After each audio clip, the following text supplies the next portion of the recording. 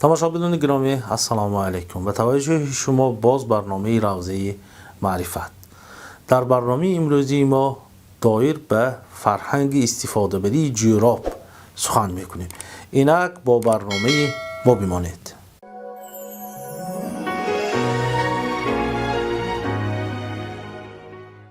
аз қадимулайём мардуми мо барои тоза кардани хона аз ҷорӯб истифода мебаранд.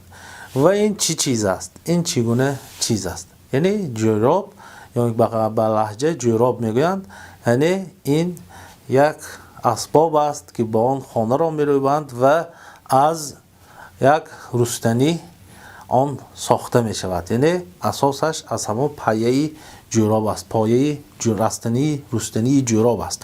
ва дар фарҳанги мардуми мо якчанд навъи ҷорӯбҳо мавҷуд аст. Масалан, хасҷорӯб барои тоза кардани хасу хасрӯбаҳо ки дар саҳни ҳавлӣ ҷамъ шудааст. Яъне мардум онро истифода мебаранд барои тоза кардани хас ва дар фасли тирамоҳ онро истифода мебаранд барои тоза кардани хазонҳои рехта шуда, ки инро ҳама медонанд. Ва дигар навъи ҷорӯб, онро дар лаҳҷаи мардумии хуҷанд оимҷорӯб мегӯянд. Яъне ҷорӯб барои хонумҳо ки бояд онро ҷорӯбро бигиранд ва хонаро бирӯбанд. доир ба ҷорӯб фарҳанги махсус аст, фарҳанги хос аст. хуб вобаста ба қади арӯс ё қади духтари хона ҷорӯбҳоро масалан дароз ё кӯтоҳ мебанданд. ва худаш ҷорӯббандӣ як санъат, як ҳунар аст. Яъне онро мардум ё ин ки махсус ҳунармандон худашон мебанданд, ҷорӯбро омода мекунанд ва онро истифода мебаранд. хуб дар ҳар хона ҷорӯб аст. хуб ҳам хас ҷорӯб аст, ҳам оим ҷорӯб аст, яъне ҳар навъи ҷорӯб аст. аммо инҷо як масъалаи дигар ҳам ҳаст. мегӯянд ҷорӯб рост нагузор, хуб аз болои ҷорӯб нагузар, хуб ба ҷорӯб ин накун, он накун, бо ҷорӯб назан ва дигару дигару дигар. ин чиз аз куҷо пайдо шуд ва чӣ фалсафа дорад? дар рафти барнома бо шумо дар ин бора суҳбат мекунем ва ман аз шумо хоҳиш мекунам ки ба шабакаи мо обуна шавед ва гузоштани шарҳҳои худро фаромӯш накунед ва зангӯлаҳоро пахш намоед. хуб, дар фарҳанги мардумӣ бисёр вақт мегӯянд ки ҷорӯбро рост намон. ба нигоҳи аввал мо мебинем ки шояд рост гузоштани ҷорӯб ин нодуруст аст. шояд он қатъ мешавад, шояд он корношоям мешавад. ё ин ки мегӯянд аз болои ҷорӯб нагузар. аз болои ҷорӯб гузаштан мумкин нест. ё боз мегӯянд бо ин ҷорӯб як касро назан. гарчанд ки масалан мо мебинем ки гоҳо баъзе модарҳо дар ҳолати хашм бо ҳамон ҷорӯб хуб духтарҳояшон мезананд, писарҳояшонро мезананд, лекин фарҳанги миллӣ мегӯяд назан. пас чаро ҷорӯб аз болояш гузаштан мумкин нест? хуб, чаро ҷорӯб дар як ҷои муайян бояд биистад? хуб, инҷо як чиз аст, ташбеҳ аст. ташбеҳ карданд ҷорӯбро ба як чизи баста.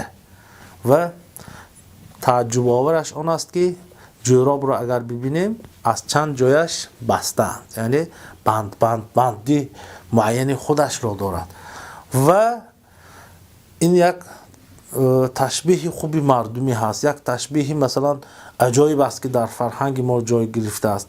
мегӯянд ин ташбеҳ ба кафани инсони мурда аст. яъне ҳамон кафанро ҳам бинед аз чанд ҷояш бастааст. хуб, анакнун тасаввур кунед ки ҷорӯбро мисли ҳамон кафане ки баста шудааст, кафани мурдадор, ба ҳамон монанд карданд. мегӯянд ҷорӯбро ба болои сар нагир. ва вақте ки он ба мурда монанд шуд, табиист ки ягон кас масалан мурдаро болои сар намегирад, яъне баста шудааст. ё ин ки масалан хуб аз болои ҷорӯб ҳалос накун, яъне нагузар, ҷаҳида нагузар.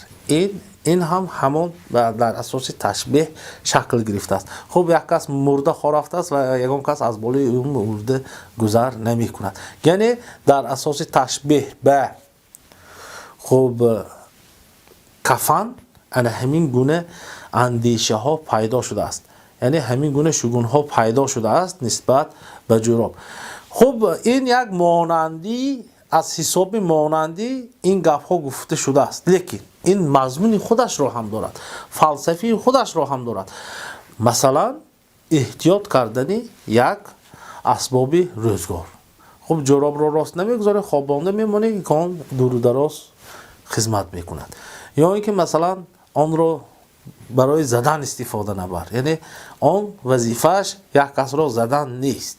ё ин ки масалан дар ҷои муайян гузор, дар ҷои як кунҷ гузор. Барои чӣ? хуб маълум аст ки масалан он ҳар гуна чиркҳо, ҳар гуна хуб нопокиҳоро пок мекунад ва мумкин аст ки масалан ҳамон пораҳои чирк ё чанг агар дар як ҷои ба ҳама кас аён гузорад, дар мобайни хона гузорад, боз асари нав чиркиниро ба бор орад. Лекин ҳамин чизҳо масалан шояд баъзеҳо гӯянд ки ҳа ин гапҳои беҳуда аст, ин гапҳои одамоҳо аст, ё ин ки ин гапҳои занҳо аст. Лекин ҳар як гап дар фарҳанги миллӣ маънои худашро дорад. аз болои ҷорӯб нагузаштан ҳам маънои худашро дорад. Яъне аз болои ҷорӯб гузашти, ха хуб ҷаҳидӣ, хуб он ҷорӯб масалан чиркин аст, он ҷорӯб масалан дорои ин ё он масалан нопокӣ аст. Шояд то ҳам нопок шавӣ. Яъне ин нуқтаи назар аст. Мақсад аз ин гуфтаҳо таъмин кардани озодӣ аст, таъмин кардани як беҳбудии оила аст, як шароити беҳдоштии хонавода аст. Ман гумон мекунам ки ин чиз масалан барои ҳама бояд фаҳмо бошад. Ба хусус масалан духтарҳо ки дар оянда қадбонҳо мешаванд, ҷорӯбро эҳтиёт кунанд ва ба ҷои даркорӣ гузоранд. гоҳо мешавад ки масалан ҷорӯб дар як ҷо бояд истад мегӯянд. Яъне ин ҳам як тарбиявӣ дорад, хусусияти тарбиявӣ дорад. хуб ҷорӯб дар ҷои муайян меистад ва ба касе ки дар кор шавад аз аҳли хонавода аз он ҷо мегирад, истифода мебарад ва боз дар ҷои худаш мегузорад. боиси масалан кофтукови зиёд ҳам намешавад. ман гумон мекунам ки ин фарҳанги мардумӣ таҷрибае аст, андешаҳое ҳаст, таҷрибаҳои тӯлонии зиндагӣ ҳаст ки ба насли оянда дар шакли тайёр мардум боқӣ гузоштааст ва ман гумон мекунам ки риоя кардани он масалан ба фоидаи кор аст.